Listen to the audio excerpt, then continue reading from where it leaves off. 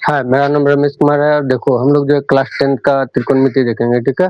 त्रिकोणमिति में 8.1 को हम लोग देख रहे हैं। चलो 8.1 में जब देख रहे हैं तो उसमें कौन सा त्रिभुज के बारे में पढ़ना पड़ता है? समकोण त्रिभुज। कौन सा त्रिभुज? समकोण त्रिभुज। इसमें एक कोण 90 डिग्री का होता है। जो लकीर खड़ा रहता है उसको लंब बोलते हैं। जिसपे पूरा त्रिभुज बना हुआ रहता है, जो सा लकीर पे बना हुआ रहता है त्रिभुज को बोला जाता है आधार,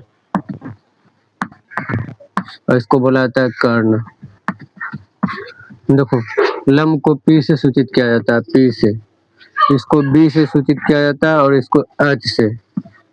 अब जैसा ध्यान दोगे, जैसे देखो अब कर्ण बराबर होता है, ये कर्ण मतलब पाइथागोरस प्रमेय इसको बोलता है, पाइथागोरस प्रमेय, गोरस प्रमेय। पाइथागोरस प्रमेय में क्या बोलता है कि H बराबर जो होता है, मतलब कर्ण बराबर जो होता है, कर्ण के बराबर होता है क्या? ये दोनों के योग, मतलब लंब का स्क्वायर हो जाएगा प्लस क्या हो जाएगा? आधार का स्क्वायर हो जाएगा, ठीक है। अब देखो कर्ण को किससे सूचित करते हैं? H से।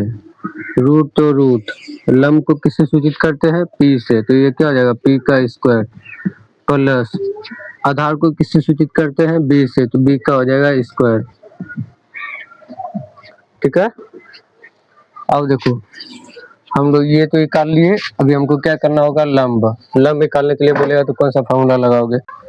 देखो लंब बराबर होता है रूट अंडर H कर्ण का स्क्वायर माइनस लंब निकाल रहे हैं तो कर्ण में क्या घटा देंगे? आधार को घटा देंगे, आधार का स्क्वायर।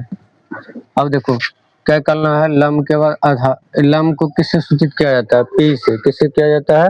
P से। P बराबर क्या हो जाएगा? रूट अंडर कर्ण को किससे सूचित करते हैं? H से, तो यहाँ हम क्या लिखेंगे? H। क्या लिखेंगे? H, तो ये क्या हो जाएगा? H का स्क्वायर। B को आधार को किससे सूचित करते हैं? B से, तो ये क्या हो जाएगा? B का स्क्वायर। अब देखो यहाँ पे ये हो गया हम लोग का दूसरा वाला फॉर्मूला।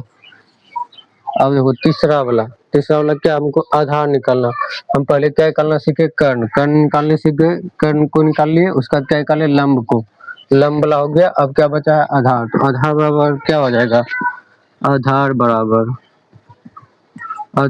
होगा रूट अंडर, आधार लिख रहे हैं तो ये वाला भुजा बराबर बड़ा होता है, तो यहाँ क्या हो जाएगा? देखो हम क्या निकाल रहे हैं? आधार निकाल रहे हैं, तो क्या होगा? ये वाला भुजा होता है, ये वाला भुजा बड़ा होता है, इसका मतलब इसमें ये वाला घट जाएगा।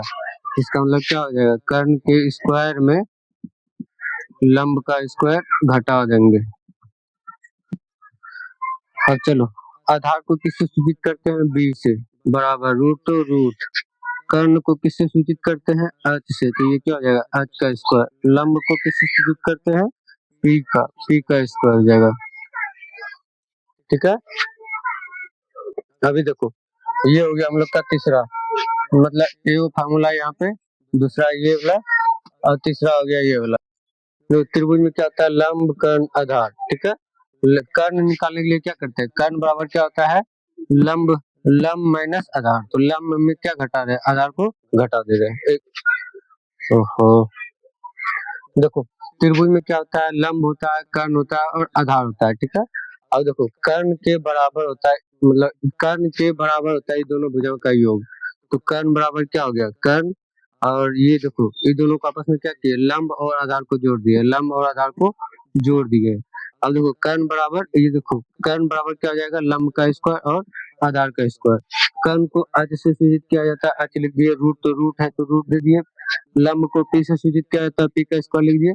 आधार को B से सूचित किया जाता है, B, और इसके स्क्वायर है तो स्क्वायर।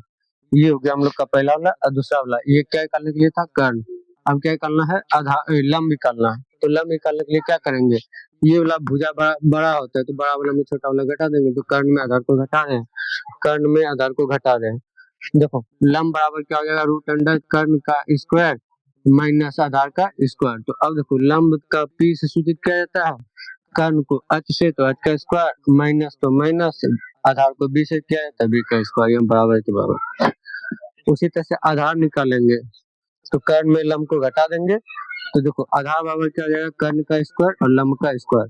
कर्ण को अच से सूचित किया जाता है, अच का स्क्वायर, लंब को पी से सूचित किया जाता है, पी का स्क्वायर।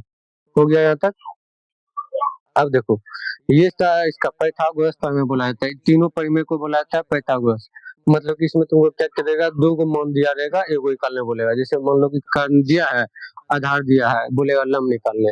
ये लंब कर्ण कर्ण नहीं दिया रहेगा, बोलेगा लंब और आधार दिया हुआ है, मतलब दो मान दिया रहेगा, एक को निकालने बोलेगा। ठीक है।